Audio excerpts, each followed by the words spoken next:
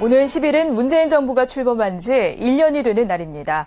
문재인 정부는 세월호 참사를 겪은 국민들의 안전한 나라에 대한 염원을 담아 생명과 안전을 최우선 국정과제로 삼았는데요.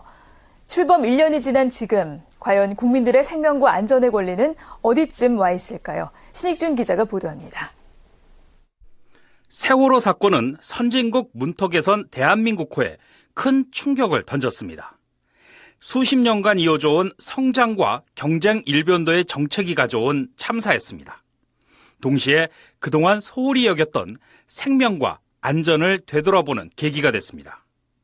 지난해 출범한 문재인 정부도 이러한 국민적 요구를 반영해 국정과제의 우선 목표를 국민의 안전과 생명 보호로 삼았습니다. 또 20대 국정 전략 가운데 하나로 국민 안전과 생명을 지키는 안심 사회를 내세우고 안전사고 예방과 재난안전관리의 국가 책임체제 구축을 약속했습니다. 1년이 지난 지금 우리 사회엔 어떤 변화가 있었을까? 지난 3일 서울 정동 프란치스코 회관에서 열린 토론회는 문재인 정부 출범 1년을 맞아 생명과 안전 분야에 어떤 변화가 있었는지 살펴보는 자리였습니다. 참석자들은 일단 정부의 정책 방향 자체는 올바르게 제시됐다고 평가했습니다. 올해 신년사를 통해 밝힌 국민 생명 지키기 3대 프로젝트를 통해 산재 사망과 건설교통사고, 자살 등 3개 분야의 사망을 절반으로 줄이기로 한 것이 대표적입니다. 하지만 세부적인 내용을 따져보면 여전히 수박 겉핥기식인 경우가 많다고 전문가들은 지적했습니다. 공익인권법재단 공감의 황필규 변호사는 무엇보다 재난 참사 현장을 여전히 피해자의 관점이 아닌 관리자 입장에서 접근하려는 인식이 강하다고 비판했습니다. 피해자들에게 용서와 망각을 요구하고 피해자들에게 또 다른 짐을 지우는 방식으로 화해가 요구되고 있는데 그것은 어떤 화해의 본래 의미가 아니다.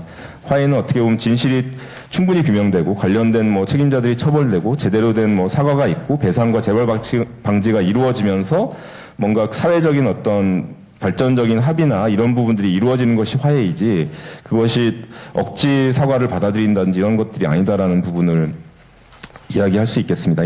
최명선 민주노총 노동안전보건실장은 문재인 정부의 안전대책 방향 자체에 대해서는 긍정적으로 평가하면서도 세부 이행 방안 등은 여전히 임기응변식인 경우가 많다고 꼬집었습니다.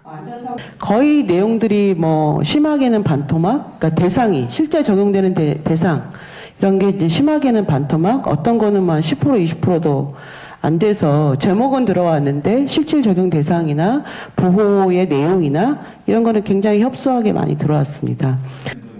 청와대는 지난달 발표한 개헌안에서 생명권과 안전권을 신설하는 내용을 담았습니다. 참석자들은 비록 개헌안이 무산됐지만 그 취지를 살려 누구도 차별받지 않을 권리, 개인의 환경과 조건에 기반한 안전 대책을 마련할 것을 정부에 촉구했습니다. CPBC 신익준입니다.